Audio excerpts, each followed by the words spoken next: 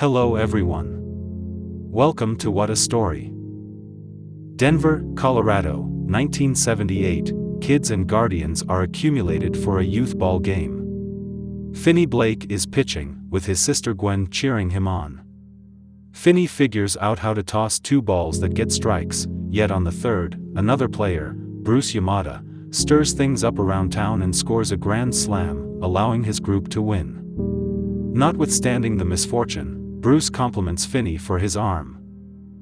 Bruce is subsequently seen riding his bicycle in and out of town, welcoming a few young ladies from school en route. Then a dark van pulls up before Bruce, and he halts abruptly. Finney and Gwen live with their oppressive alcoholic dad, actually grieving the death of his wife, and the children's mom after she ended it all.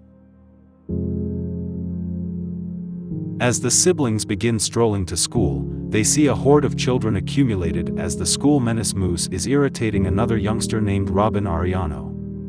Shockingly, Robin is gifted at battling and rules Moose, beating his face to a ridiculous mash. Finney and Gwen continue strolling, with Gwen mentioning a local kidnap known just as the Grabber, since they have discovered that Bruce has disappeared. At school, Finney is harassed by three young men who follow him into the washroom and call him names. Robin enters and threatens the bullies if they mess with Finney. Robin likewise urges Finney to defend himself.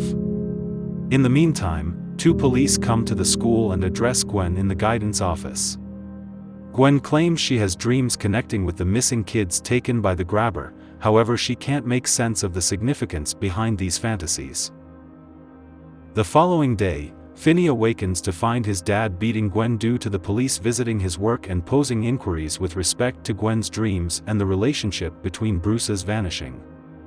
Gwen breaks her father's alcohol container, and he beats her harder. He arranges Gwen to say that her fantasies are not genuine, as her mom had comparable dreams that were accepted to be premonitions. Later on, Robin is riding his bicycle around the area. He then turns the corner and finds the Grabber waiting for him, holding dark balloons. Guardians around the area are informed about Robin's vanishing. The jerks at school then, at that point, pursue Finney and begin to beat him. However, Gwen safeguards him by whacking one harasser over the head with a stone, making him bleed a ton. Gwen gets kicked in the face, and the other two harassers keep on beating Finney.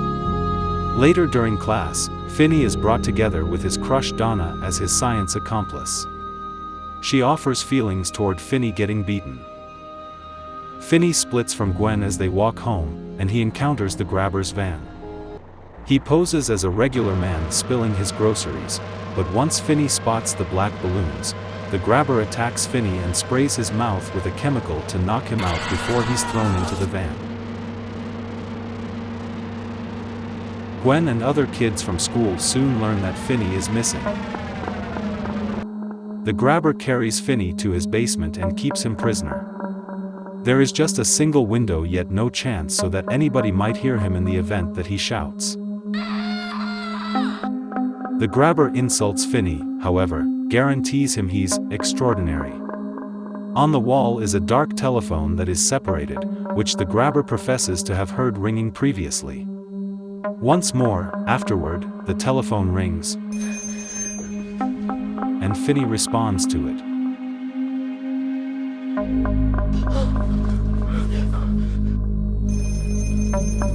He hears the voice of Bruce, who takes note of Finney's arm in baseball, referring to it as mint. Be that as it may, Bruce doesn't recollect his own name or what he did when he was alive. Bruce gives Finney a tip about space in the floor where he can move a tile and start digging. Finney invests his energy digging and washing the soil away for good. Gwen has a dream where she sees a flashback of Bruce's life from youth, and his creating interest in baseball. Mr. Blake converses with Gwen, saying that her mom would discuss having dreams that are dreams very much like Gwen does, and he figures this drove her to end it all, so he needs to keep Gwen from tumbling down a similar way. The Grabber brings Finney eggs and a Sprite, assuring him the food is clean. He also leaves the door unlocked, but as Finney walks toward it, he hears the phone ringing again. and he hears the voice of a local paperboy named Billy. While talking to Finney, "Who are you?" his ghost appears next to him, his face having been slashed by the grabber.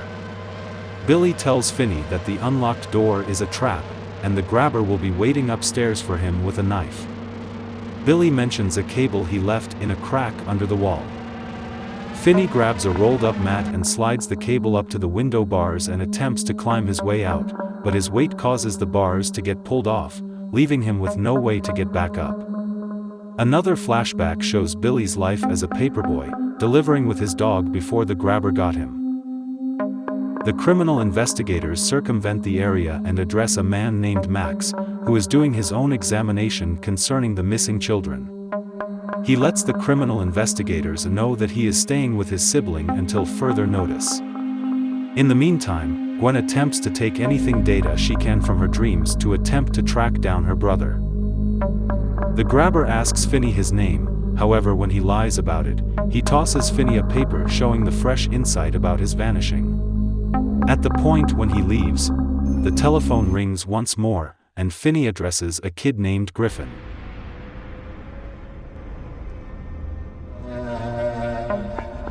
His phantom seems drifting close to Finney, and Griffin enlightens him regarding a lock blend that he had down on paper.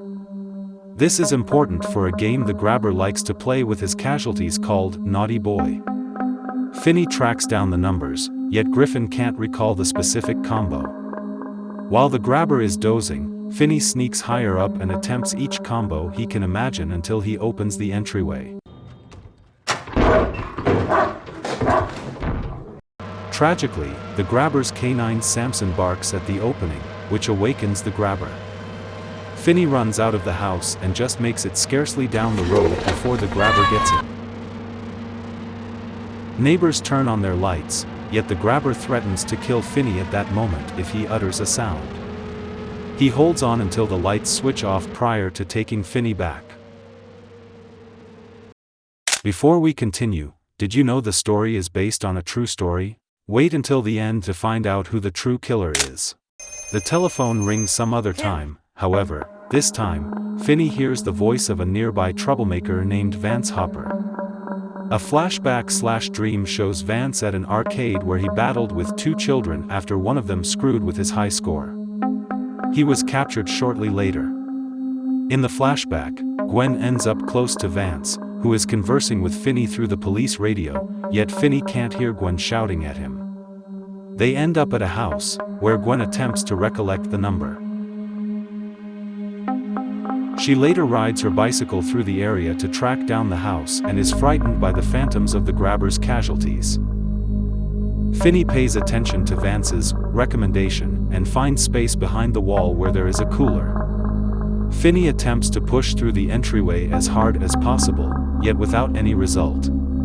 He starts crying, expecting that he will die there. The telephone rings once again, and he replies. It's Robin, and he recollects both Finney and his own life. He lets Finney know that he was generally his companion and that this present time is the opportunity that he actually needs to support himself. Robin advises Finney to work on involving the telephone as a weapon and to fill it with soil to add weight to it. Gwen contacts the detectives and goes with them to the location she found in her dreams. While this occurs, Max arrives at the resolution that the missing children are in the house he is remaining in light of the fact that the grabber is his brother. He goes to the basement and is stunned to track down Finney there. Similarly, as Max endeavors to help, the grabber kills him with a hatchet to the head. He pursues Finney, however, the kid has used all the assistance from the apparition kids available to him. He sets up a mat over the opening he dug, utilizing the link to trip the grabber and drop him into the opening, where he breaks his lower leg. Finney then starts moaning on the grabber with the telephone, and it rings one final time. Finney forces the grabber to hear the voices of his casualties provoking him over his destruction, and Finney snaps his neck. He gets a steak from the cooler and tosses it to Samson to keep him diverted.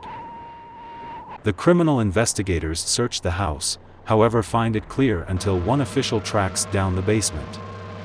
Rather than finding Finney, the analysts find the collections of the other 5 young men covered in the soil. The house where Finney was being held is across the road. He opens the entryway and steps out into the sun, where Gwen sees him and rushes to her sibling. The police take care of the children, and they are gotten by their dad, who sorrowfully apologizes to the 2 of them for how he treated them. Finney gets back to school more sure than previously.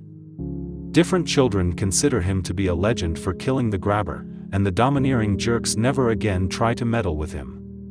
He rejoins Donna in science class, however, he advises her to call him Finn.